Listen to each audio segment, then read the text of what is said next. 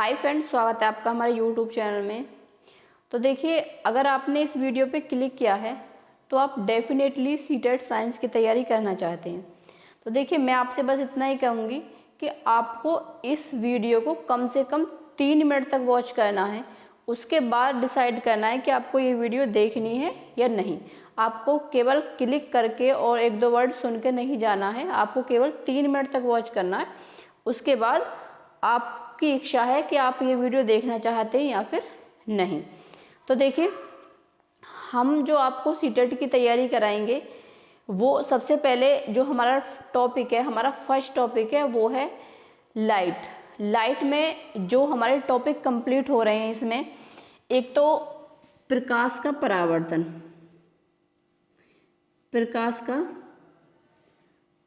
परावर्तन, इसके बाद पहला तो ये टॉपिक होगा, मतलब लाइट के अंदर ये सब टॉपिक हैं। दूसरा प्रकाश का अपवर्तन। इसके बाद तीसरा जो टॉपिक होगा वो होगा दर्पण, जैसे समतल दर्पण और अवतल दर्पण, और तीसरा उत्तल दर्पण। ठीक है, ये तीनों दर्पण आपके कंप्लीट होंगे। इसके बाद जो फोर्थ टॉपिक है वो है लेंस में दोनों आएंगे, ये अवतल लेंस और उत्तल लेंस। तो ये 4 सब टॉपिक हैं। अगर आपने इन 4 सब टॉपिक को कंप्लीट कर लिया, वो चाहे आप कहीं से भी करो, तो आपका इसमें से क्वेश्चन कहीं नहीं जाएगा, जो कि हर बार सीटेट के पेपर में क्वेश्चन आया है। इसमें हर बार आपको 1 नंबर तो 100% मिल रहा है, और किसी पेपर में आपको 2 नंबर भी देखने के लिए मिल रहे हैं। तो आप इस चैप्टर को ऐसे ही नहीं छोड़ सकते, आपको इसे अच्छे से कंप्लीट करना ही पड़ेगा। अगर आपको अपना 1 नंबर या 2 नंबर, अगर आपका लक अच्छा रहा तो इसमें 2 नंबर, और अगर 1 नंबर तो हर बार आ ही रहा है इसमें। तो देखिए, हम आपको पहले ये टॉपिक कंप्लीट कराएंगे। इसमें प्रकाश का परावर्तन और समतल दर्पण पहले ये कंप्लीट कराएंगे, और इसके बाद प्रकाश का अपवर्तन और दर्पण के बारे में और लेंस के बारे में इससे नेक्स्ट वीडियो में डिस्कस करेंगे। इस वीडियो में आपको प्रकाश का परावर्तन बताया जाएगा और समतल दर्पण के बारे में बताया जाएगा, और कुछ 1-2 पॉइंट जो एक्स्ट्रा है वो बताए जाएंगे। इसके बाद जो प्रकाश के परावर्तन और समतल दर्पण से जितने भी क्वेश्चन सीटेट के पेपर में पूछे गए हैं, वो सारे क्वेश्चन आपसे डिस्कस किए जाएंगे। ठीक है, तो चलिए, अब आपको खुद डिसाइड करना है कि आपको इस वीडियो को आगे वॉच करना है या फिर नहीं। तो चलिए शुरू करते हैं अपनी वीडियो को।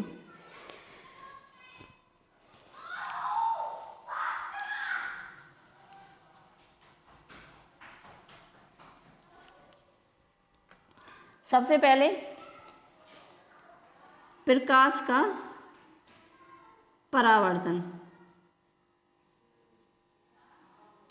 क्या होता है प्रकाश का परावर्तन, इसको हम जानेंगे। देखिए, अगर कोई वस्तु हमें दिख रही है, जैसे ये मार्कर है, तो ये मार्कर हमें दिख रहा है, तो ये मार्कर हमें क्यों दिख रहा है? तो आप कहेंगे कि आपके पास, मतलब हमारे पास आँख है, इस वजह से हमें ये मार्कर दिख रहा है। ये बात तो सही है कि हमारे पास आँख है इसलिए हमें ये दिख रहा है। एक और कंडीशन होती है इसे देखने के लिए, वो है प्रकाश का परावर्तन। कैसे? कि जब लाइट इस मार्कर पे पड़ेगी, इस मार्कर से रिफ्लेक्ट हो गया, यानी परावर्तित होकर मेरी आंख पर जाएगी, तो ये मार्कर हमें दिखेगा। अब मैंने इस मार्कर को कर लिया पीछे, तो हमें ये क्यों नहीं दिख रही? लाइट तो अब भी इस पे पड़ रही है, या फिर मैंने यहाँ किया इसे, तो हमें क्यों नहीं दिख रही? क्योंकि ये लाइट तो अब भी इस पे पड़ रही है, लेकिन लाइट रिफ्लेक्ट होकर, यानी परावर्तित होकर मेरी आंख तक नहीं पहुंच रही, इसलिए ये मार्कर हमें नहीं दिख रहा है। तो देखिए, प्रकाश का परावर्तन में हमारे पास कोई ये अपारदर्शी सतह, इसे हम प्लेन मिरर मार सकते हैं, समतल दर्पण। समतल दर्पण की जो सतह होती है इस पे एक तरफ पॉलिश की हुई होती है, तो पॉलिश को इस चिन्ह से दर्शाते हैं, ये डॉट डॉट करके। ठीक है, तो ये अपारदर्शी सतह है। अपारदर्शी सतह का मतलब होता है कि जिससे से आर पार प्रकाश या लाइट जो गुजर ना सके, उसे बोलते हैं अपारदर्शी सतह। अपारदर्शी सतह। ठीक है, इसके बाद अगर कोई प्रकाश की किरण, ठीक है, कोई प्रकाश की किरण आई और इस सतह से टकराई और रिफ्लेक्ट होकर दूसरी तरफ चली गई, इस प्रकाश की किरण, जो प्रकाश की किरण इस अपारदर्शी सतह से टकराई है उसे बोला जाता है आपतित किरण। आपतित किरण, आपतित किरण। और जो परावर्तित होकर दूसरी तरफ गई है उसे बोला जाता है परावर्तित किरण। परावर्तित किरण।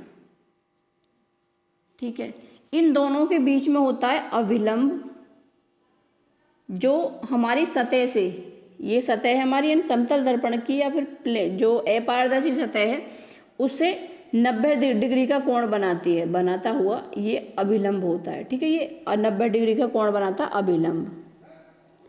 अभिलंब। अब देखिए, किसी आपतित किरण का, ये आपतित किरण है, किसी आपतित किरण का किसी अपारदर्शी सतह से टकराकर वापस लौटने की घटना को क्या बोलते हैं? प्रकाश का परावर्तन बोलते हैं। इतनी बात समझ में आई? प्रकाश का परावर्तन क्या है? एक्चुअली ये एक लाइट की कंडीशन है, मतलब लाइट का व्यवहार करने का तरीका है। ठीक है, तो इसे बोलते हैं हम प्रकाश का परावर्तन। इसके बाद ये पता चल गया आपको, ये आपतित किरण होती है जो ऑब्जेक्ट से आकर दर्पण पर पड़ती है या फिर अपारदर्शी सतह पर पड़ती है और जो रिफ्लेक्ट होकर दूसरी तरफ जाती है उसे बोला जाता है परावर्तित किरण। बीच में अभिलंब होता है, और जो अभिलंब से और आपतित किरण तक का जो कोण होता है उसे बोला जाता है कोण आई, और इसे बोलते हैं हम आपतन कोण। कोण आई जो होता है वो होता है आपतन कोण। आपतन कोण। और देखिए, ये जो हमें कोण मेजर करना होता है वो अभिलंब से मेजर करना होता है।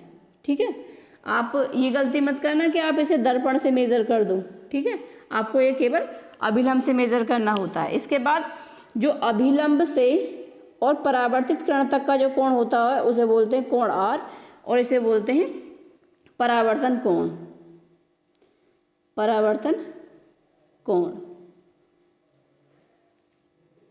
कोण आर इक्वल टू परावर्तन कोण। देखिए, एक कोण और होता है जो ये हमारी सतह से और आपतित किरण तक का जो कोण होता है इसे बोलते हैं कोण जी। कोण जी। और ये होता है छूता हुआ कोण। छूता हुआ कोण। और ये जो पॉइंट होता है जहाँ पे इस आपतित किरण, अभिलंब और परावर्तित किरण का जो पॉइंट होता है तीनों का, इसे बोलते हैं आपतन बिंदु। आपतन बिंदु। ठीक है, इतनी बात आप सबको समझ में आ गई होगी, मैं उम्मीद करती हूँ। इसके बाद परावर्तन के 2 नियम होते हैं। पहला नियम, फर्स्ट नियम, हमारा पहला नियम होता है कि आपतित किरण, अभिलंब और परावर्तित किरण ये तीनों एक ही तल में होते हैं। ठीक है, कैसे? कि देखिए, अगर आपतित किरण इस दीवार से टच होके आ रही है तो परावर्तित किरण भी इस दीवार से टच होके आएगी और अभिलंब भी इस दीवार से टच होकर जाएगा। ठीक है, तो पहला नियम होता है आपतित किरण, आपतित कॉमा परावर्तित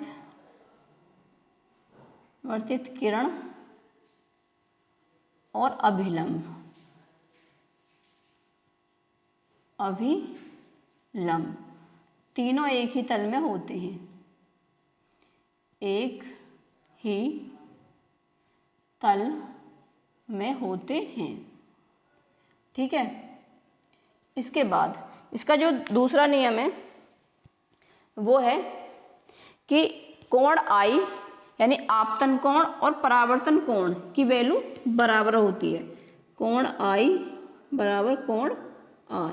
ठीक है, तो ये परावर्तन के 2 नियम है, इनसे क्वेश्चन आपका पूछा जा सकता है। तो देखिए कैसे इससे क्वेश्चन पूछा जा सकता है।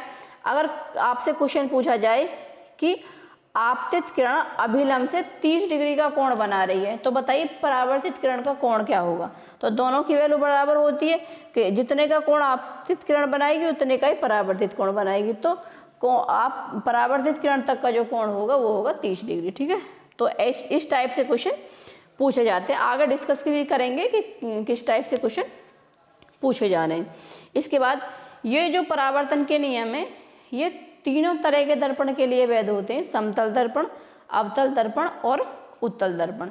ठीक है, ऐसा नहीं केवल ये समतल दर्पण प्लेन मिरर के लिए वैलिड है, सभी तरह के दर्पण के लिए वैलिड होते हैं। इसके बाद ये चिकनी और खुरदरी 2 तरह की सतह होती है, एक चिकनी और एक खुरदरी। तो ये दोनों तरह की सतह के लिए वैध होते हैं, चिकनी के लिए भी और खुरदरी के लिए भी। और हाँ, एक बात और आपको बता दूं कि आपको इसे लिखना चाहो तो लिख लो, लेकिन लिखने की आपको इसे ज़रूरत नहीं है। क्यों? क्योंकि मैं आपको ये सारे नोट्स प्रोवाइड कराऊंगी। आपको हमारा टेलीग्राम चैनल है वो ज्वाइन करना है, वहाँ पे आपको ये जो नोट्स हैं और प्लस प्रीवियस क्वेश्चन जितने भी इस टॉपिक से रिलेटेड पूछे गए हैं वो आपको टेलीग्राम चैनल पर मिल जाएंगे। तो या तो आप उन्हें प्रिंट करा लो तब पढ़ो, आपको केवल यहाँ पे अच्छी तरह से समझना है। अगर इस क्लास को देखने का जो सबसे बेस्ट तरीका है वो है ये कि आप उनको सबसे पहले प्रिंट करा लो। उसमें क्वेश्चन आंसर प्रिंट मत कराना, आपका ज़्यादा खर्चा आएगा। केवल जो नोट्स है उसको प्रिंट करा लो, उसको अपने सामने रखो और जो मैं समझा रही हूँ उसको समझते चलो। ठीक है, तो बेस्ट तरीका तो ये है, बाकी आपकी चॉइस है, आप जैसे भी पढ़ना चाहें। इसके बाद ये तो होगा परावर्तन के बाद। इसके बाद हम देखिए डिस्कस करेंगे एक और चीज़ है। इसमें 2 तरह के परावर्तन होते हैं, एक नियमित परावर्तन और एक अनियमित परावर्तन। इसको मिटा देते हैं। नियमित परावर्तन और अनियमित परावर्तन।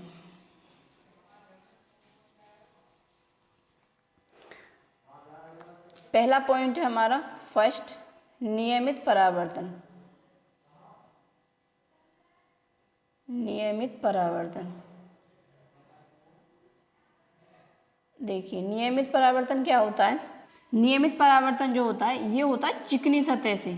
ठीक है, ये मार्कर को क्या हो जाए, ये हमारे पास कोई चिकनी सतह है। ठीक है, तो ऐसे ही जैसे समतल दर्पण होता है वो चिकनी सतह है। तो इसमें क्या होता है, आप जो किरण है वो आएंगी, ठीक है, यानी कि आपतित किरण आएंगी और परावर्तित किरण रिफ्लेक्ट होकर चली जाएगी। इसके बाद आपतित किरण आई और परावर्तित किरण रिफ्लेक्ट होकर चली गई, आपतित किरण आई और रिफ्लेक्ट होकर चली गई। तो देखिए इसमें जो आपतित किरण है वो समांतर आएंगी और परावर्तित किरण भी समांतर जाएंगी।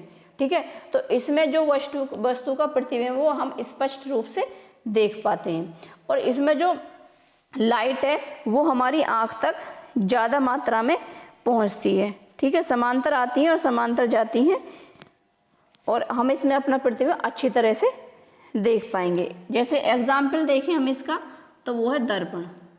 ठीक है, पहला एग्जाम्पल इसका दर्पण ही है। इसके बाद ये आपको समझ में आ गया, इसमें समांतर आती हैं और समांतर ही जाती हैं। ठीक है, ये जाने वाला साइन हो गया इस टाइप से। इसके बाद अनियमित परावर्तन, ये तो होगा नियमित। और अनियमित परावर्तन जो होता है उसमें जो सतह होती है वो होती है खुरदरी सतह। अनियमित परावर्तन, यहाँ पे केवल ए लगा देंगे हम, अनियमित परावर्तन। तो देखिए इसमें एक खुरदरी सतह है हमारे पास इस टाइप से।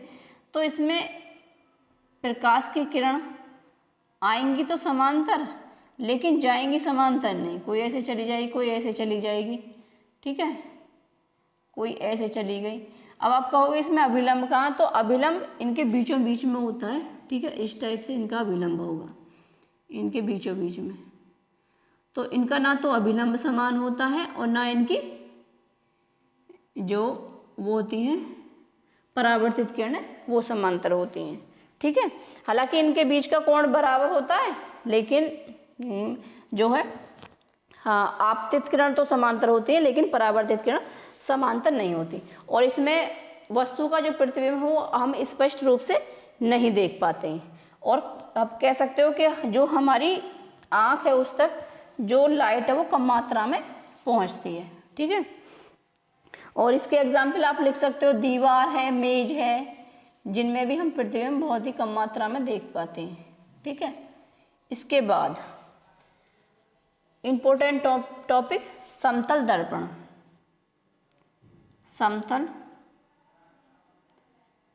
समतल दर्पण यानी कि प्लेन मिरर। इसको अच्छे से समझना है आपको, इसमें से क्वेश्चन पूछे गए हैं। ठीक है, देखिए ये कोई समतल दर्पण है हमारे सामने, ये कोई समतल दर्पण है हमारे सामने, समतल दर्पण, समतल दर्पण। यहाँ पे आप खड़े हो समतल दर्पण के सामने, मानो ये आप हो। ठीक है,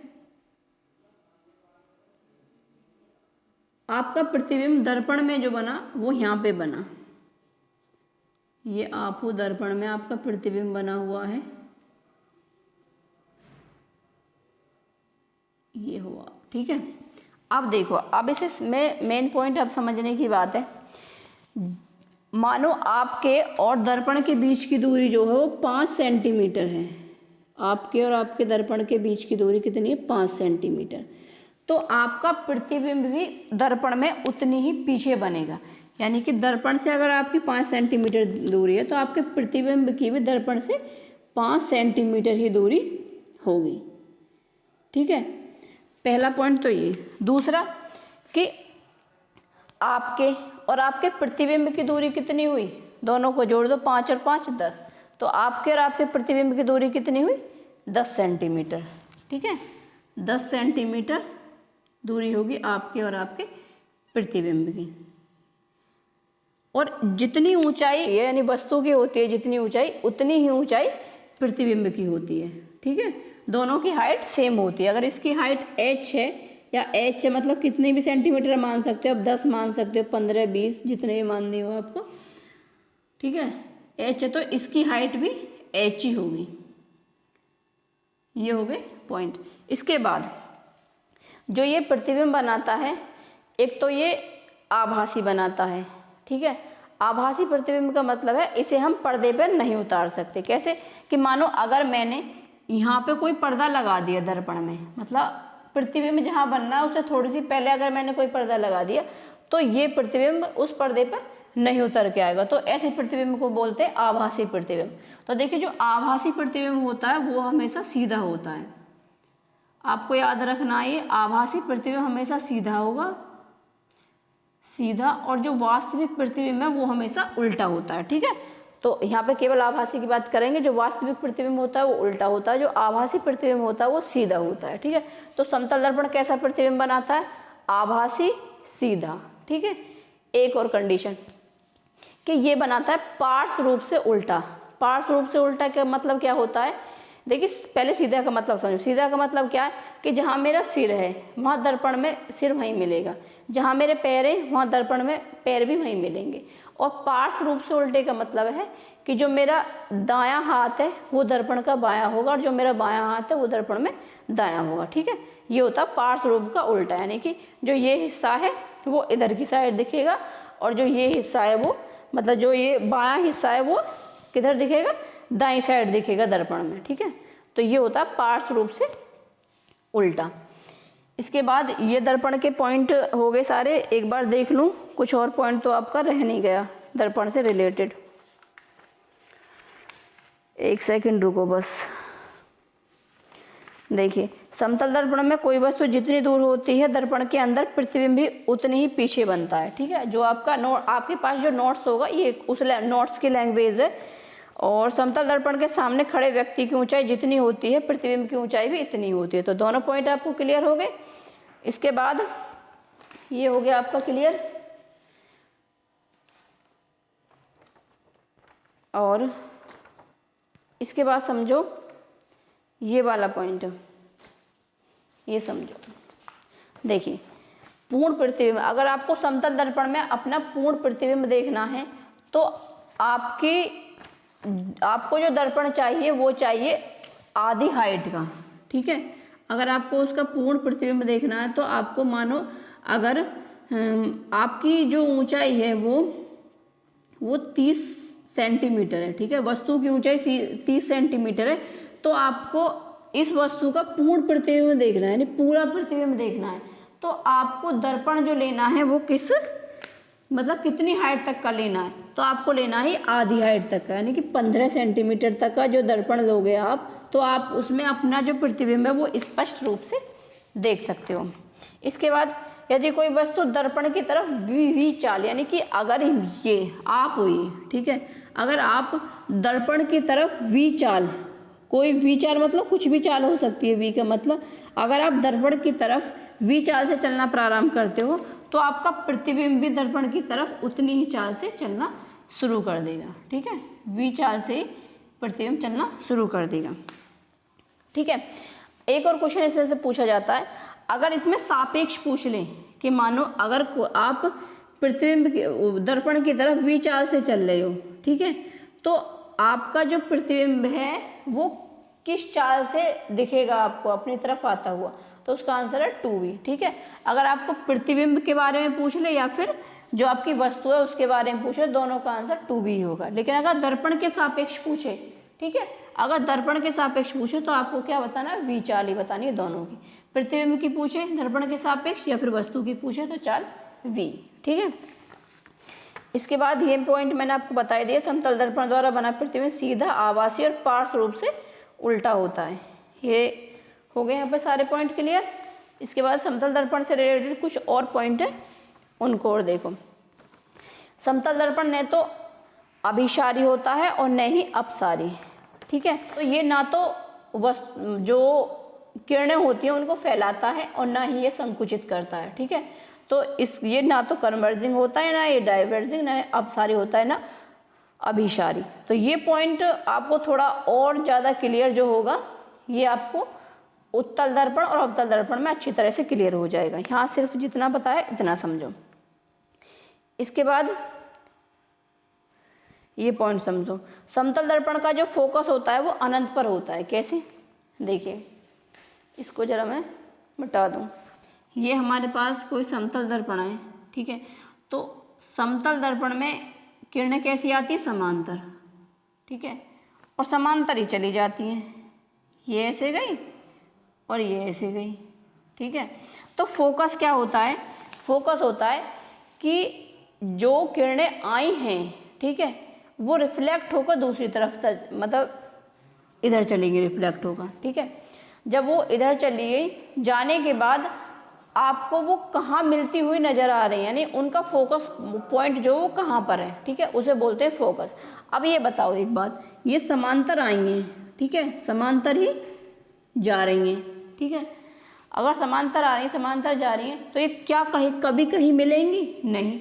लेकिन आपने कभी ट्रेन की पटरियों को देखा है, वो आप उनके बीचों बीच में खड़े हो जाओ, ठीक है, तो वो कहीं दूर ऐसा लगेगा कि जैसे कहीं ना कहीं ये आपस में जाके मिलेंगी जरूर, लेकिन जैसे ही उनकी तरफ जाते रहेंगे वो ऐसे ही वो पॉइंट कहीं ना कहीं और दूर बनता चला जाएगा, ठीक है। तो आपको क्या पता चला कि कहीं ना कहीं अनंत पे जाके वो पटरी मिल रही होंगी। तो समतल दर्पण का जो फोकस होता है ऐसे अनंत पर होता है, ठीक है। तो इसका फोकस जो होता है वो होता है अनंत पर। इसके बाद इसकी फोकस दूरी, फोकस जो होता है F वो होता है अनंत पर, और फोकस दूरी क्या होती है, फोकस तक की, यानी दर्पण से फोकस तक की जो दूरी होती है उसे बोलते हैं फोकस दूरी। मतलब ये अनंत पर है तो इसकी फोकस दूरी भी क्या होगी, अनंत होगी, ठीक है। इसके बाद इसकी ये तो हो गया, हाँ जी, समतल दर्पण की वक्रता त्रिज्या, इसकी वक्रता त्रिज्या भी क्या होती है, अनंत होती है, ठीक है। वक्रता त्रिज्या क्या होती है ये आपको पता चलेगा। देखिए अगर कोई हम दर्पण लें, गोलीय दर्पण लें, जैसे उत्तल दर्पण और अवतल दर्पण, ये क्या है, गोलीय दर्पण है। गोलीय दर्पण होते हैं जो किसी गोले से काट के बनाए गए हों, ठीक है। तो मानो ये जो त्रिज्या होती है वो किसकी होती है, गोले की होती है, ये आर होगी। अब एक बात बताओ, ये जो होते हैं ये समतल दर्पण है, ठीक है। तो जब इसकी कोई ये गोलाकार आकृति तो है नहीं इसकी, ठीक है, लेकिन इसकी त्रिज्या कुछ ना कुछ तो होगी, यानी अनंत तो होगी इसकी त्रिज्या। तो इसकी जो त्रिज्या, ऐसे इसमें अनंत मान लेते हैं कि इसकी त्रिज्या क्या होगी, अनंत। और ये थोड़ा सा आपका जो पॉइंट है ये आपका अच्छी तरह से जो क्लियर होगा, ये गोलीय दर्पण में क्लियर हो जाएगा। समतल दर्पण की जो शक्ति होती है वो शून्य होती है। कैसे कि ना तो ये कन्वर्जिंग है ना ये डायवर्जिंग है, ना तो ये किरणों को फैलाता है ना ये किरणों को संकुचित करता है, तो इसकी शक्ति क्या होती है, शून्य, ठीक है। ये तो केवल समानांतर चलती रहती है। तो जो शक्ति होती है वो होती है किरणों को फैलाना या संकुचित करने की जो उसकी क्षमता है। तो इसकी शक्ति क्या होती है, शक्ति होती है इसकी शून्य, ठीक है। ये सारे पॉइंट आपको समझ में आ गए होंगे। इसके बाद समतल दर्पण की आवर्धन क्षमता, मैग्निफिकेशन ऑफ प्लेन मिरर। आवर्धन क्षमता जो होती है वो होती है कि वो कितना गुना प्रतिबिंब बना रहा है। तो ये कैसा प्रतिबिंब बनाता है, जैसी वस्तु है ऐसा ही प्रतिबिंब बनाता है। तो ये 1 गुना प्रतिबिंब बनाता है, तो 1 गुना प्रतिबिंब। मैग्निफिकेशन को m से प्रदर्शित करते हैं, तो इसकी होगी +1, ठीक है, +1। और जो +1 और माइनस चिन्ह है वो केवल ये दर्शाते हैं कि प्रतिबिंब सीधा बनेगा या फिर उल्टा बनेगा। तो प्लस चिन्ह क्या दर्शाता है, केवल ये दर्शाता है कि जो इसका प्रतिबिंब है वो सीधा बनेगा, ठीक है। आपको ये ध्यान रखना है कि जो मैंने एक बार और बताया आपको कि जो सीधा प्रतिबिंब होता है वो आभासी होता है और जो उल्टा प्रतिबिंब होता है वो वास्तविक। या फिर आप ऐसे भी कह सकते हैं जो आभासी है वो सीधा होगा, जो वास्तविक है वो उल्टा होगा। ये पॉइंट आपके सारे समझ में आ गए होंगे समतल दर्पण से रिलेटेड। इसके बाद समतल दर्पण के उपयोग। समतल दर्पण के उपयोग कहाँ कहाँ इसे यूज किया जाता है।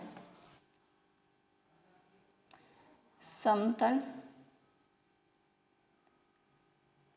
दर्पण के उपयोग, पहला उपयोग आपने देखा होगा कि इसे बाथरूम मिरर में यूज किया जाता है। बाथरूम दर्पण या मिरर लिख सकते हो आप, ठीक है। इसके बाद ड्रेसिंग टेबल में भी आपने देखा होगा, इसे ड्रेसिंग टेबल में इसे यूज किया जाता है, ठीक है। ये तो नॉर्मल से ड्रेसिंग टेबल और बाथरूम मिरर आपको याद भी होंगे। इसके बाद सबसे इम्पोर्टेंट है जो इसका यूज किया जाता है,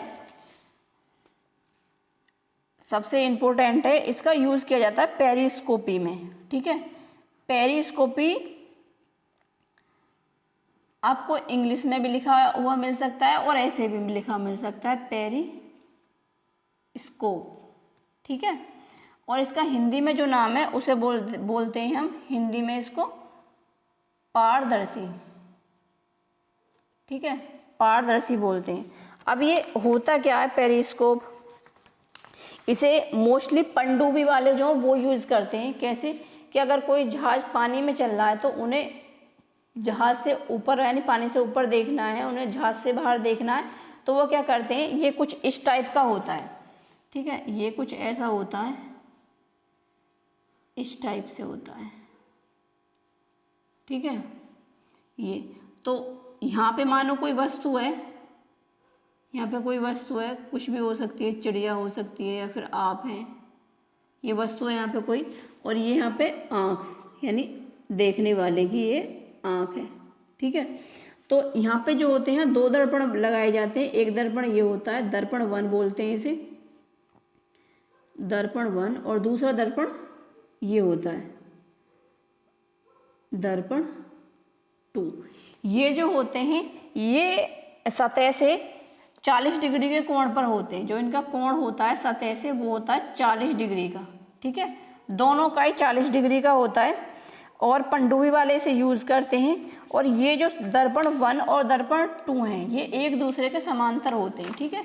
जैसे मानो मैं इसे आगे लाइन को बढ़ा दूं और इसे भी ऐसे बढ़ा दूं तो ये एक दूसरे के समांतर होते हैं। आपको पता होगा समांतर रेखाएं वो रेखाएं होती हैं जो एक दूसरे को कभी नहीं काटती, ठीक है। तो ये आपको बात याद रखनी है, कोण इनका 40 होता है। दोनों दर्पण एक दूसरे के समांतर होते हैं और इसका उपयोग पनडुब्बी जो है पनडुब्बी में किया जाता है और ये परावर्तन के नियम पर कार्य करता है। कैसे कि कोई वस्तु है, ठीक है, उसका प्रकाश यहाँ हुआ, रिफ्लेक्ट होकर इस दर्पण पर पड़ेगा, इस दर्पण से इस आँख पर पड़ जाएगा तो आपको वस्तु दिख जाएगी। तो ये परावर्तन के नियम पर कार्य करता है। दोनों का कोण 40 होता है। 2 दर्पण यूज किए जाते हैं जो दोनों समांतर होते हैं, ठीक है। इससे रिलेटेड क्वेश्चन पूछे गए, इग्नोर मत करना, अच्छे से कंप्लीट कर लेना इसे। इसके बाद एक होता है कैलिडोस्कोप। कैलिडोस्कोप ये तो हो गया। इसका लास्ट यूज जो है यानी आप 3 लिख सकते हो, वो होता है कैलिडोस्कोप में। मोस्टली हिंदी में ऐसे लिखा हुआ आता है कैलाइडोस्कोप, ठीक है। थोड़ा बहुत आगे पीछे हो सकती है स्पेलिंग भी, तो उस पर इग्नोर करना, उसे सिंपल देख लेना। और इसका हिंदी में जो नाम होता है वो होता है बहुमूर्ति दर्शी।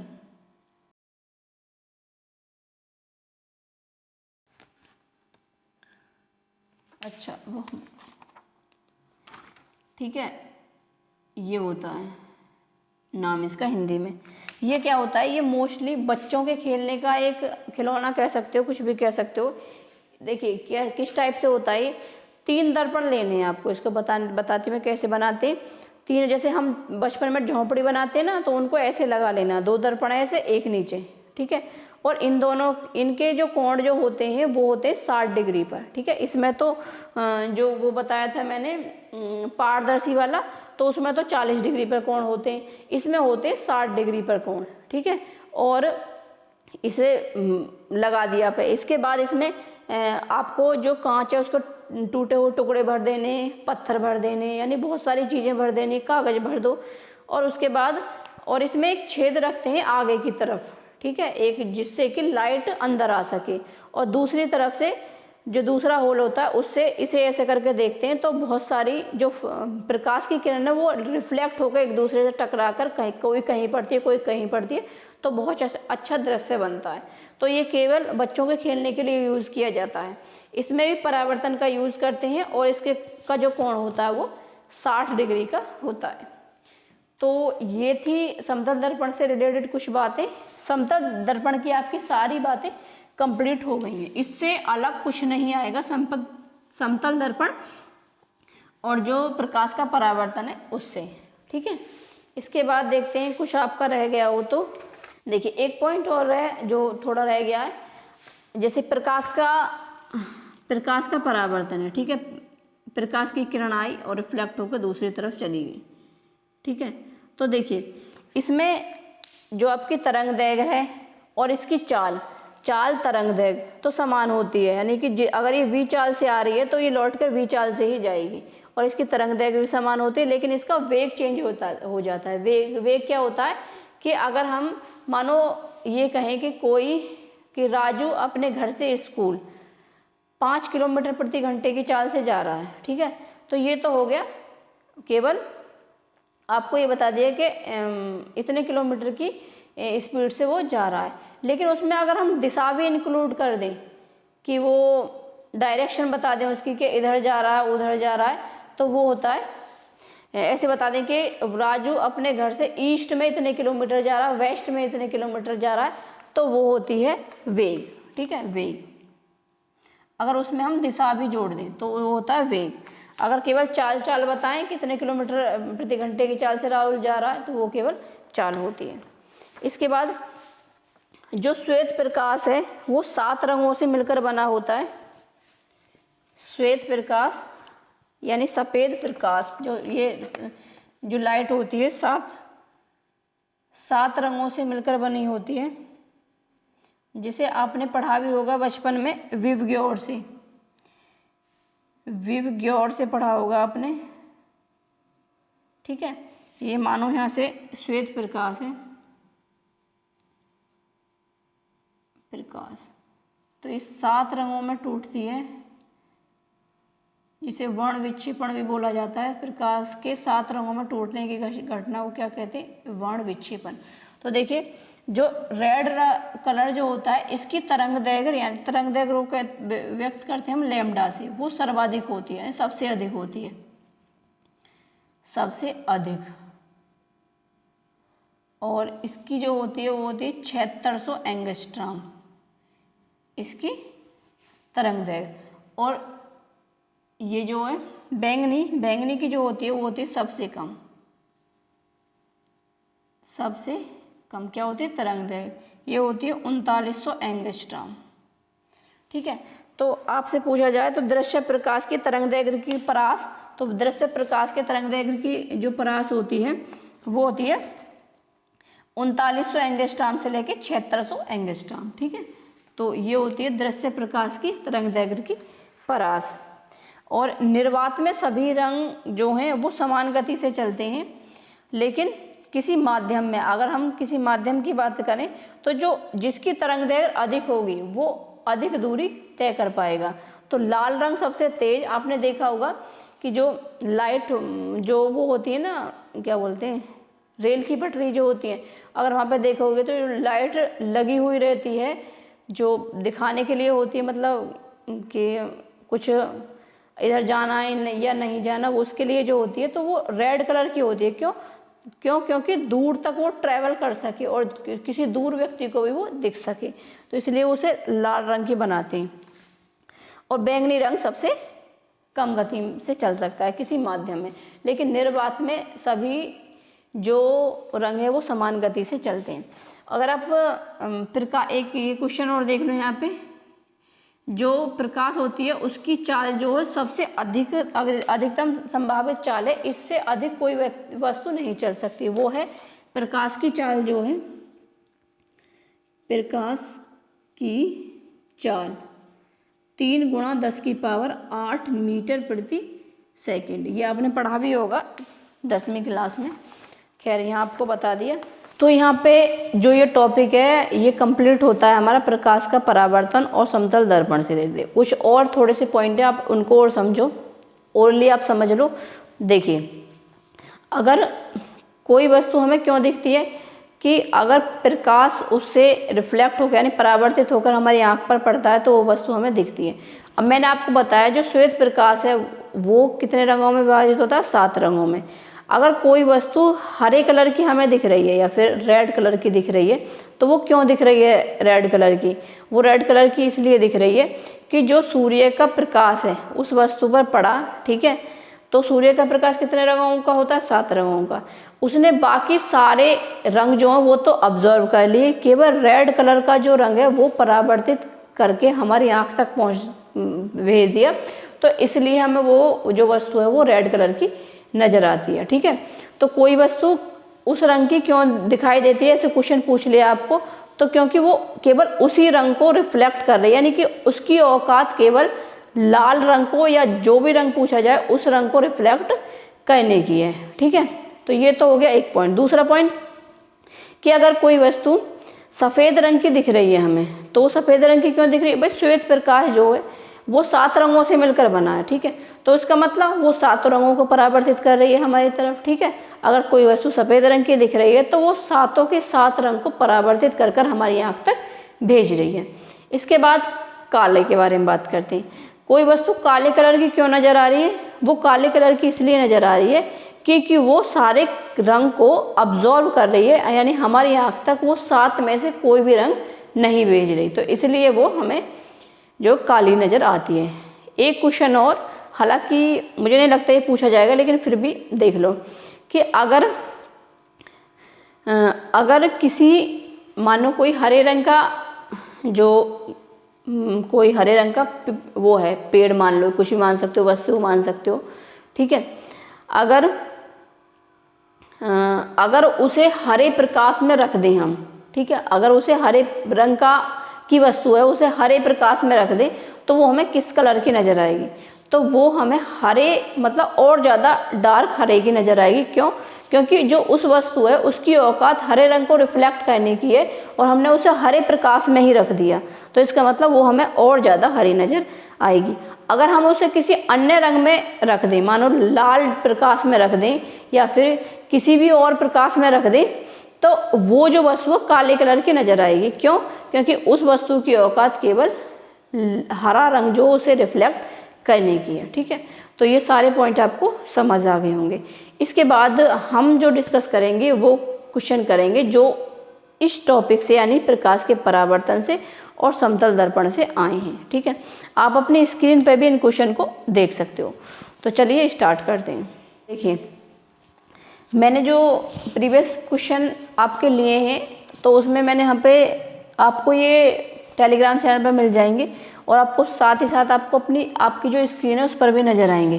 तो मैंने यहाँ पे नोट कर दिए हैं और देखिए टोटल जो क्वेश्चन है वो 41 क्वेश्चन है जो मैंने प्रीवियस क्वेश्चन से लिए हैं अब तक जितने भी क्वेश्चन आए हैं, और उसमें 18 क्वेश्चन, तो देखो 18 क्वेश्चन यानी आधे, लगभग आधे मान सकते हो, आधे क्वेश्चन केवल इस प्रकाश के परावर्तन और समतल दर्पण से पूछे गए। ठीक है, तो चलिए हम एक एक करके डिस्कस करते हैं। सबसे पहले क्वेश्चन नंबर 2।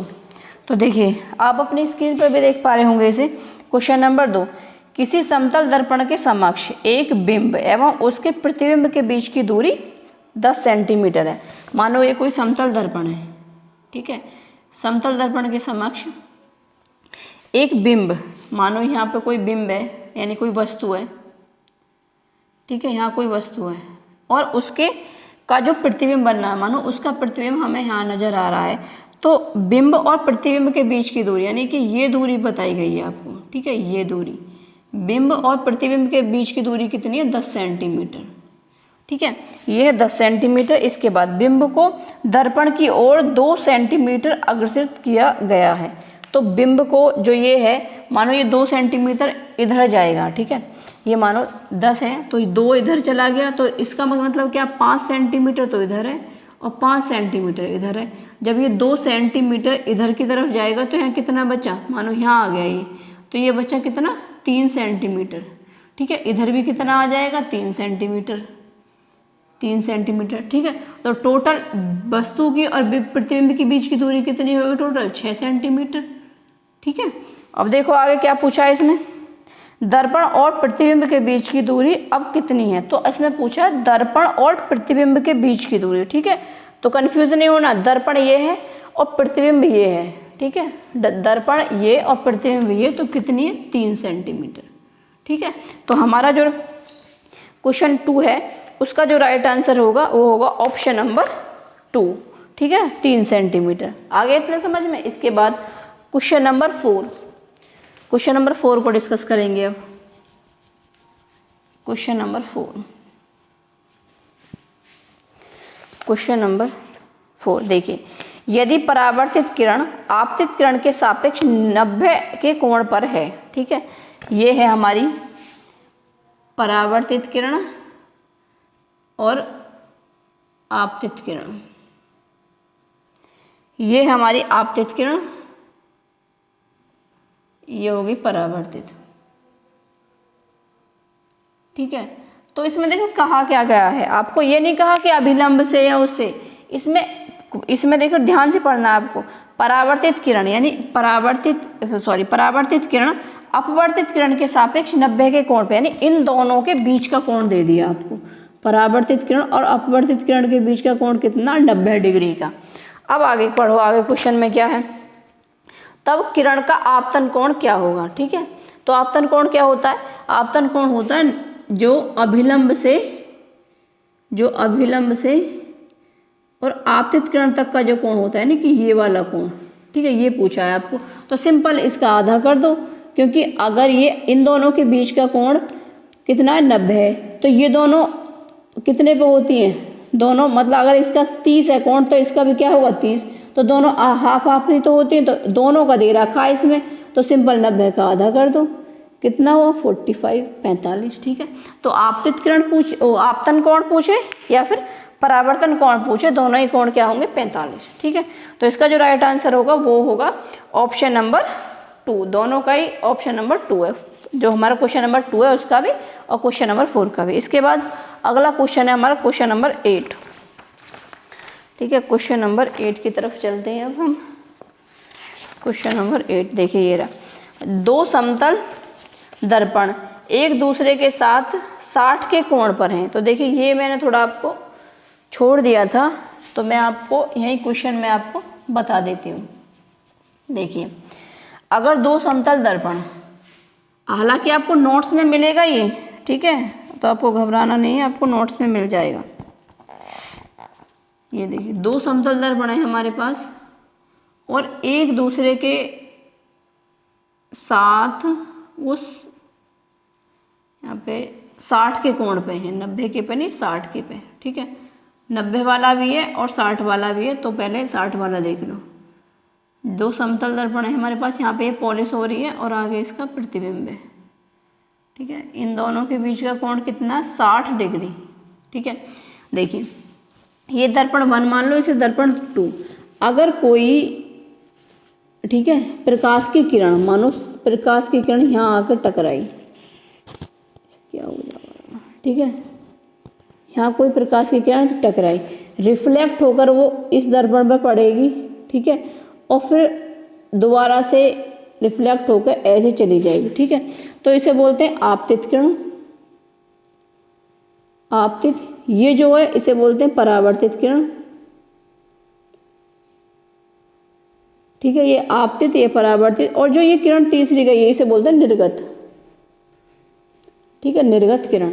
तो आपतित किरण, परावर्तित किरण और निर्गत किरण। तो इसका जो कॉन्सेप्ट होता है वो क्या होता है, अगर कोई आप समतल दर्पण, ठीक है, दो समतल दर्पण 60 डिग्री के कोण पे, आपतित किरण दर्पण 1 पे पड़ के रिफ्लेक्ट होकर दर्पण 2 पे पड़ती है। तो देखिए इसका कॉन्सेप्ट ये होता है कि जो आपतित किरण है वो एक दर्पण, अगर इनके बीच के का कोण 60 डिग्री है, आपतित किरण एक दर्पण के समांतर होगी, तो जो निर्गत किरण है वो दूसरे दर्पण के समांतर होगी। बस इतना कॉन्सेप्ट है इसका। जो निर्गत किरण और आपतित किरण है वो दोनों दर्पण के समांतर होंगी। जो आपतित किरण है वो तो होगी सेकंड वाले दर्पण के समांतर, और जो निर्गत किरण है वो होगी फर्स्ट दर्पण के समांतर। बस इतना कॉन्सेप्ट है इसका, ठीक है। ये कॉन्सेप्ट हो गया। इसके बाद एक और कॉन्सेप्ट है, इसको और समझो पहले। ये है कि अगर ये दोनों दर्पण 90 डिग्री के कोण पे हैं, ठीक है, कोण कितने का, 90 डिग्री का, ये दो दर्पण हैं, ये दर्पण हो गए, ठीक है।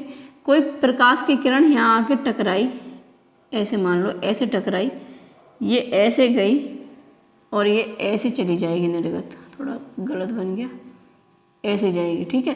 तो इसमें क्या होता है, ये आपतित किरण है, ये परावर्तित किरण है और ये निर्गत किरण है। आपतित, परावर्तित और ये निर्गत, ठीक है। तो इसमें क्या होता है कि अगर इनके बीच का कोण, दो दर्पणों के बीच का कोण 90 डिग्री है, तो आपतित किरण और निर्गत किरण एक दूसरे के समांतर होती है, ठीक है। बस इसका इतना कंसेप्ट है, ये आपको नोट्स में मिल जाएगा। इसके बाद हम अपने क्वेश्चन पर चलते हैं, क्वेश्चन नंबर 8। इसमें कह रहा है, दो समतल दर्पण एक दूसरे के साथ 60 डिग्री के कोण पर रखे हैं। जब किसी सिक्के को दर्पण से 4 सेंटीमीटर दूर रखा जाता है, तब सिक्के के कितने प्रतिबिंब बनेंगे, ठीक है। तो प्रतिबिंब निकालने के लिए हम क्या करते हैं कि ये दोनों 60 डिग्री के कोण पे हैं, तो इसे निकालने के लिए सिंपल एक फॉर्मूला होता है, 360 बटे थीटा, यानी जितने का कोण है उतना ले लो और -1। तो 360 माइनस थीटा, तो कोण कितने का है, ये जो यहाँ पे 4 सेंटीमीटर दे रखा है, ये केवल आपको भ्रमित करने के लिए दे रखा है, इस पर आपको इग्नोर करना है, ठीक है। तो 360 बटे 60 डिग्री का कोण है, तो ये कितना हो गया, -1, ये होगा 6 - 1 यानी कि 5। तो इन दोनों के बीच जो प्रतिबिंब बनेंगे वो कितने बनेंगे, 5। ये हो गया इसका आंसर। तो इसका राइट आंसर है क्वेश्चन नंबर 2। 8 का भी हमारा जो राइट आंसर है वो है क्वेश्चन नंबर 2, ठीक है। हालांकि कुछ भी पूछा जाए, अगर यहाँ पे कोण मानो 90 डिग्री का दे दिया, तो 90 डिग्री के लिए आपको यहाँ पे 90 लिख देना बस, ठीक है। एक होता है जो समरूप और एक असमरूप। तो असमरूप का मुझे नहीं लगता पूछा जाएगा। ये समरूप के लिए, समरूप का मतलब होता है कि अगर कोई सिक्का इन दोनों के बिल्कुल मिडिल में रखा हुआ है, ठीक है, ऐसे कोण यहाँ से 30 का है और ये भी 30 का, तो ये इसका मतलब है समरूप। असमरूप की कंडीशन जो होती है वो होती है कि अगर सिक्का, इसमें क्वेश्चन में कहा जाएगा, ठीक है, अगर नहीं कहा जा रहा तो आपको समरूप मानकर क्वेश्चन का आंसर देना है। अगर उसमें कह रहा है कि असमरूप है, असमरूप का आपके लिए पूछा नहीं जाएगा तो उसे छोड़ो, ज़्यादा डीप में जाने की जरूरत नहीं है, समरूप का ही पूछा जाएगा। इसके बाद क्वेश्चन नंबर 9, कैलिडोस्कोप जिस नियम पर आधारित है वह है। तो आपको पता है वो कैलिडोस्कोप के बारे में हमें पता था, समतल दर्पण में यूज किया जाता है किसके लिए, प्रकाश के परावर्तन के। तो ऑप्शन नंबर 3 जो वो इसका राइट आंसर होगा। इसके बाद, अरे मैंने तो उसे भी मिटा दिया, चलो ऐसे ही देख लो। इसके बाद क्वेश्चन नंबर 10, ठीक है, क्वेश्चन नंबर 10 में क्या कह रहा है, 10 में कह रहा है यदि अभिलंब और आपतित किरण के बीच 30 कोण है, मतलब अभिलंब और आपतित किरण के बीच कोण बता रहा है इसमें। ये हो गया आपतित किरण, ये परावर्तित किरण और अभिलंब। तो ये कोण कह रहा है कौन सा है, आपतित किरण नहीं, ये वाला कोण, परावर्तित नहीं, आपतित किरण के बीच का। अभिलंब और आपतित किरण के बीच का कोण जो वो 30 डिग्री है, ठीक है। तब आपतित और परावर्तित किरण के बीच का कोण क्या हुआ, तो सिंपल, आपतित किरण और परावर्तित किरण यानी इसके बीच का और इसके बीच का पूछ रहा है। तो जब ये 30 है तो ये भी कोण कितना होगा 30, और ये पूरा कोण कितना होगा, सिंपल 60, दोनों को जोड़ दो, ठीक है। तो आपतित किरण और परावर्तित किरण के बीच का जो कोण होगा वो होगा 60। क्वेश्चन नंबर 10 का राइट आंसर है ऑप्शन नंबर 1। इसके बाद क्वेश्चन नंबर 11 देखो, जो दर्पण ए और बी एक दूसरे के समकोण पर हैं, यदि कोई प्रकाश की किरण अभिलंब से 20 के कोण पर दर्पण ए पर टकराती है तो दर्पण बी से निकलने वाली किरण का परावर्तन कोण क्या होगा, ठीक है। तो इसे देखो, ये जो मैंने अभी आपको समकोण जो बताया था उससे रिलेटेड है, जो दो दर्पण समकोण पर जो थे, ठीक है, ये दर्पण है और इनके बीच का कोण कितना है 90 डिग्री। तो यहाँ पे देखिए, यहाँ पे कहा गया मानो ये दर्पण ए है और ये दर्पण बी है, कोई प्रकाश की किरण 20 डिग्री के कोण पर टकरा रही है, ठीक है, किससे, अभिलंब से, ये अभिलंब है, ठीक है। तो यहाँ से ये कोण कितना है 20 डिग्री का। तो जब ये रिफ्लेक्ट होकर ऐसे जाएगी तो ये कोण भी कितने का होगा 20 डिग्री का, ठीक है, ये 20 का, ये 20 का, और ये ऐसे जाएगी इस टाइप से, ठीक है। तो इसका जो अभिलंब होगा वो कहाँ होगा, यहाँ होगा, ठीक है, इस टाइप से, ठीक है। अब देखिए ये समांतर हैं एक दूसरे के, क्या है, समांतर। तो सिंपल आप इसे ऐसे भी कर सकते हो या फिर आप इसे एक तरीके से और कर सकते हो। देखिए ये आपको पता है अभिलंब है सीधा, ये भी अभिलंब है, यानी कि ये कोण कितने का है यहाँ पे 90 डिग्री का। 90 और 20 कितने हो गए, 90 और 20 हो गए 110। और त्रिभुज के जो 3 कोण होते हैं उनका योग होता है 180, ठीक है, 180। तो 110 घटा दो इसमें से तो कितना बचा 70। तो ये कोण कितना होगा 70 का, ठीक है। एक तो ये कंडीशन हो गई। एक दूसरा ये है कि ये कोण 20 का है तो ये भी 20 का होगा, ये ऊपर वाला 20 का है ना, तो ये भी 20 का होगा।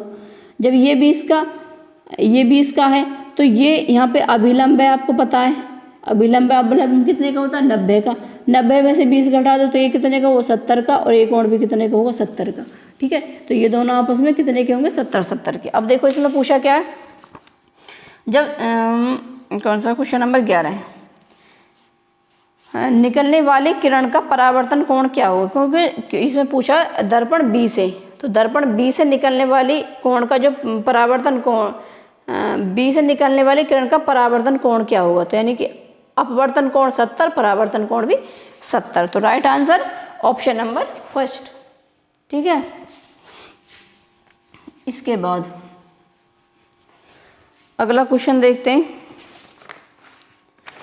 क्वेश्चन नंबर, ये देखो 11 के बाद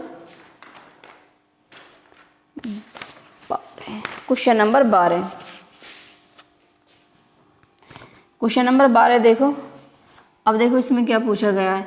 दो समतल दर्पण एक दूसरे के समांतर हैं और उनके मध्य दूरी 30 सेंटीमीटर है। इनके बीच में रखे गए सिक्के के कितने प्रतिबिंब बनेंगे। एक दूसरे के समांतर हैं, ये रहे समांतर, ठीक है। जब इनके बीच में कोई कोण ही नहीं बनना तो इनके बीच में कोण कितने का, 0 का, ठीक है। 360/0 - 1, तो इसका मतलब क्या, इन्फिनिटी -1, तो आंसर इज इन्फिनिटी। तो इनके बीच कितने प्रतिबिंब बनेंगे, अनंत। या फिर सिंपल आप इसे याद भी रख सकते हो कि अगर दो समतल दर्पण एक दूसरे के समांतर हैं तो उनके बीच अनंत प्रतिबिंब बनेंगे।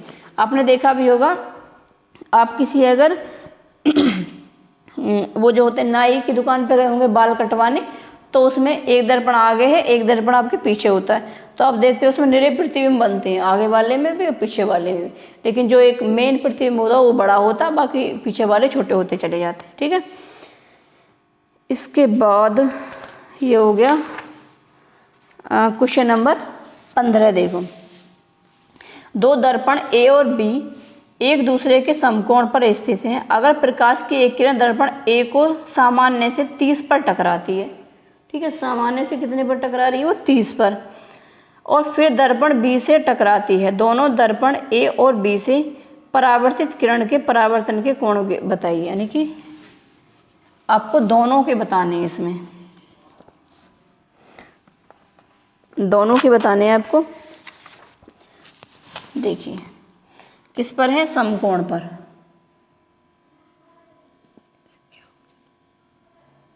समकोण पर है दोनों दर्पण,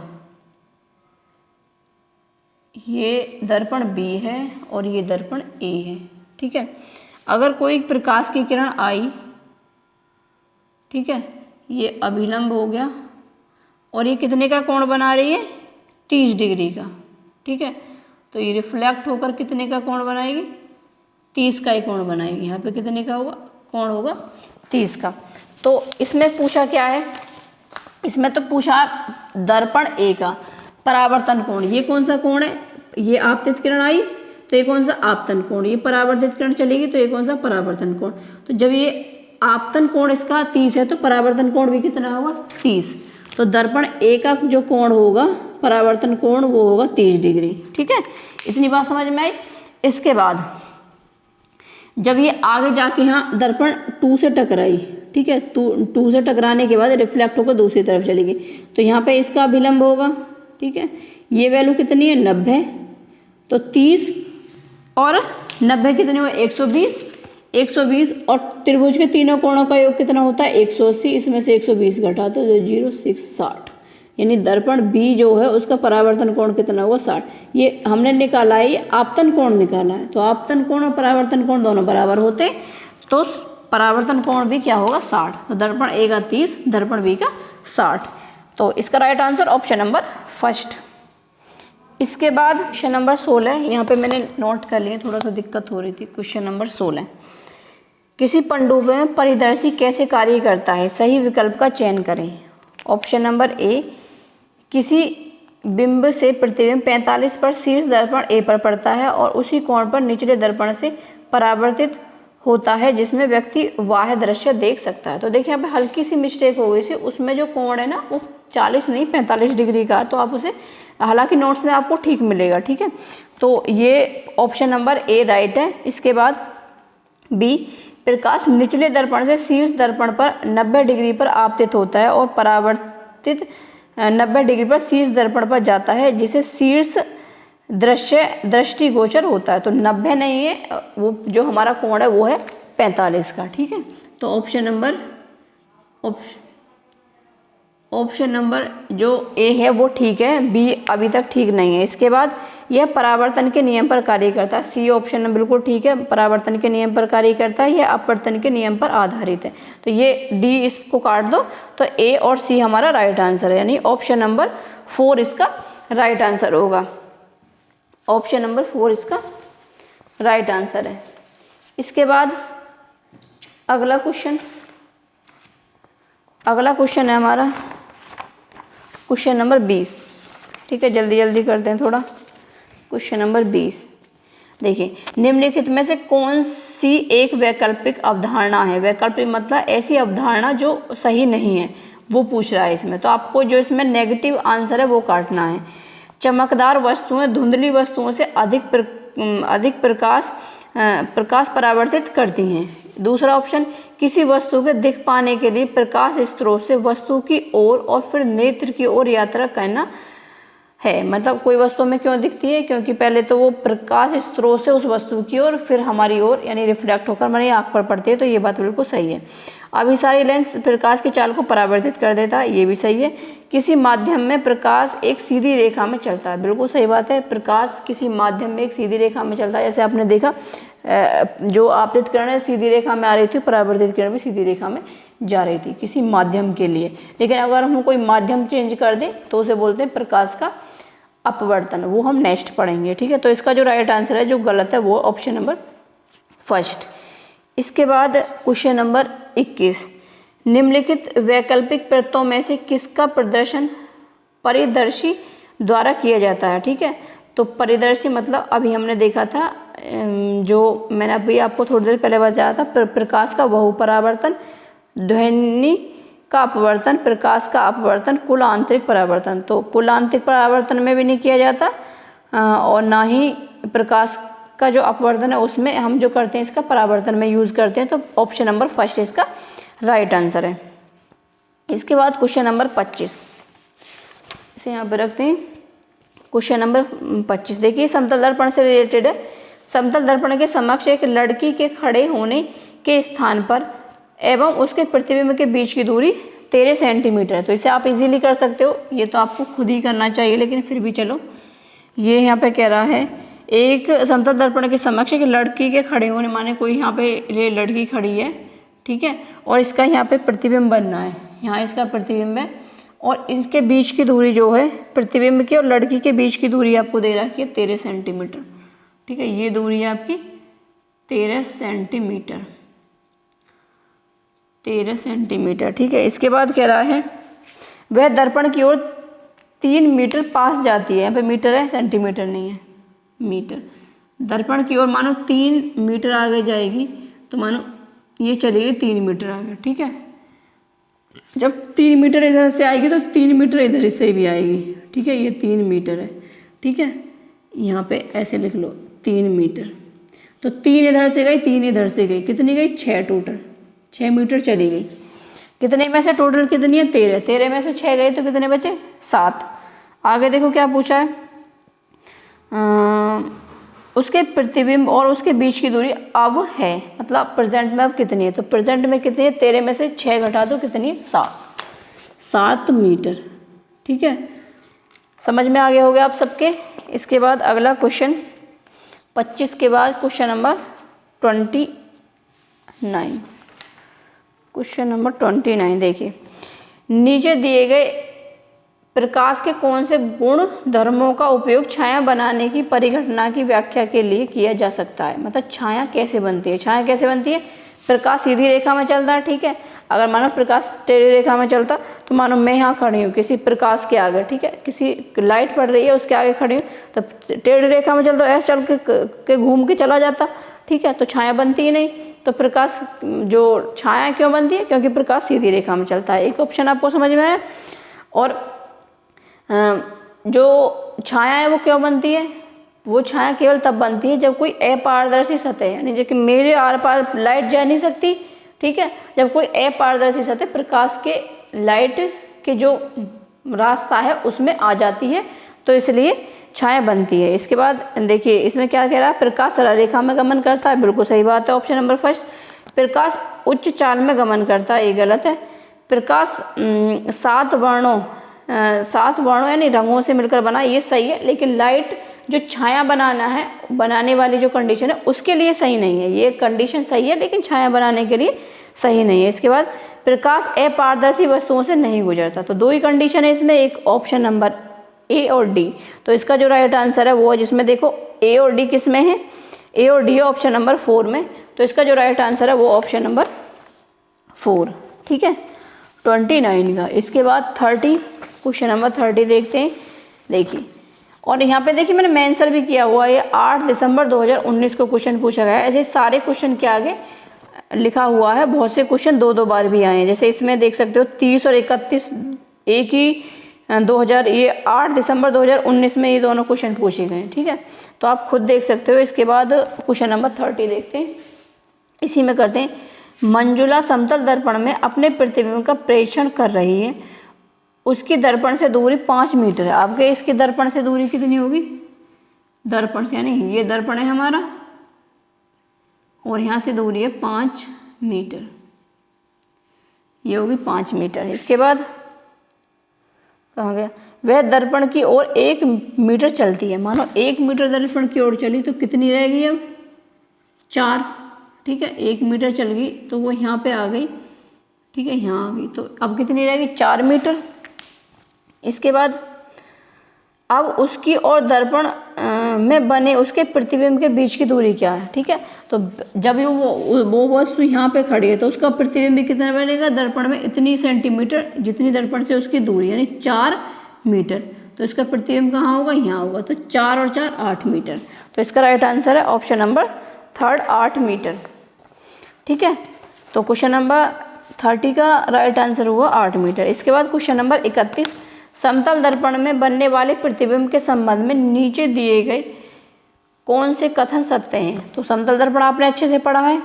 ऑप्शन ए, इसमें प्रतिबिंब सीधा बनता है। बिल्कुल सही बात है, सीधा बनता है। प्रतिबिंब वास्तविक होता है।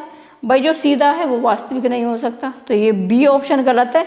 तो आप देखो इनमें से तीनों में से बी कौन से ऑप्शन में नहीं है? तो देखिए ऑप्शन नंबर 2 ही एक ऐसा ऑप्शन है कि जिसमें ऑप्शन नंबर बी है वो नहीं है। तो इसका राइट आंसर है ऑप्शन नंबर 2।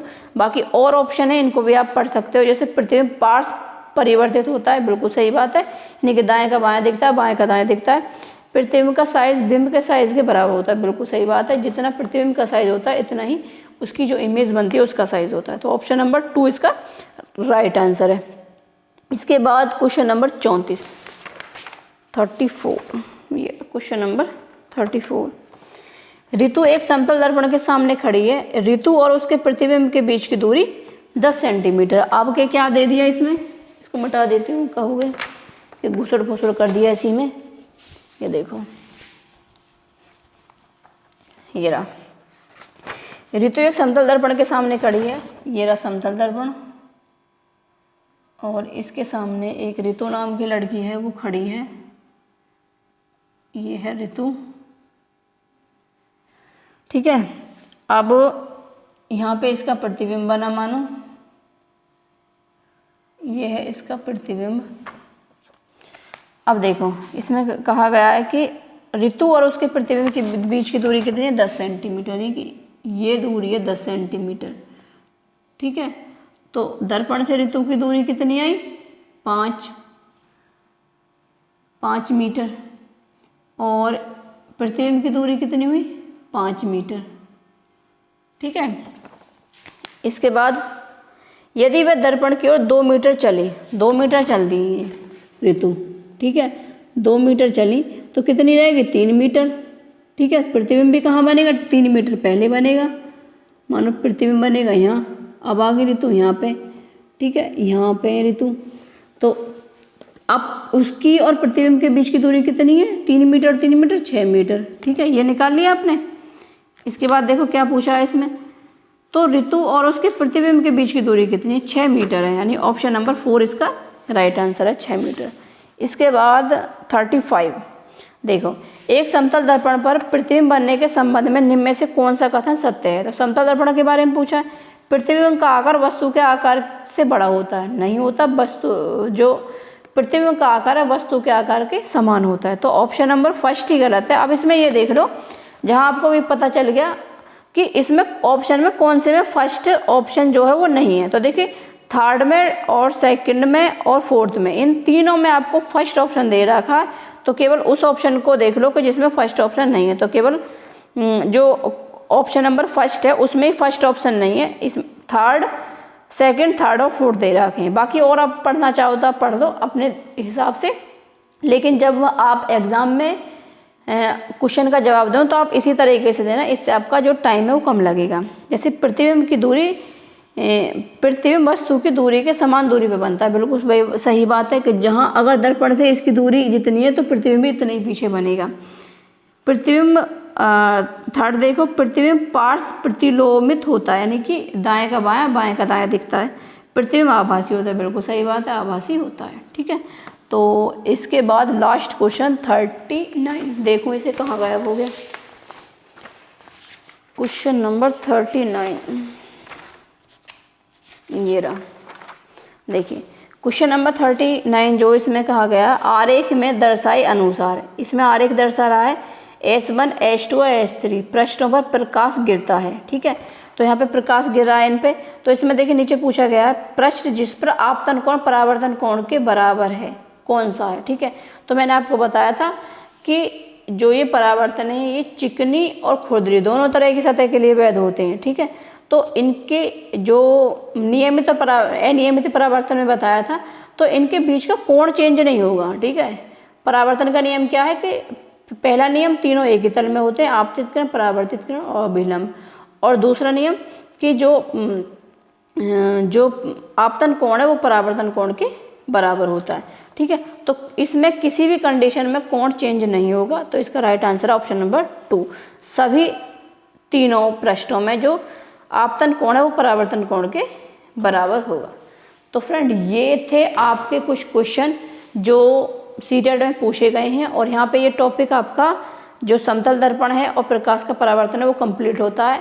हालांकि जो वीडियो है वो थोड़ी लंबी बनी है, लेकिन फिर भी आपका एक भी क्वेश्चन अगर इनसे पूछा गया तो इससे अलग नहीं आएगा, आपको केवल इतना ही कंप्लीट करना है। ठीक है, तो 1 नंबर कंप्लीट करने के लिए इतनी मेहनत तो करनी पड़ेगी।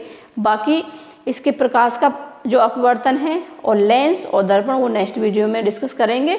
और बाकी देखिए अगर आपको वीडियो पसंद आई है तो वीडियो को लाइक ज़रूर करें और चैनल को सब्सक्राइब जरूर करें। और बाकी बस आपसे इतनी उम्मीद है कि इस वीडियो को उस बच्चे के पास पहुंचा दे जिसे इसकी नीड है। ठीक है, तो बाकी इतना करना आपको, इससे अलग कुछ नहीं करना। और बाकी इसको अच्छे से कंप्लीट करो, और नोट्स डाउनलोड करने तो टेलीग्राम चैनल ज्वाइन कर लो। ठीक है, बाकी मिलते हैं एक नई वीडियो।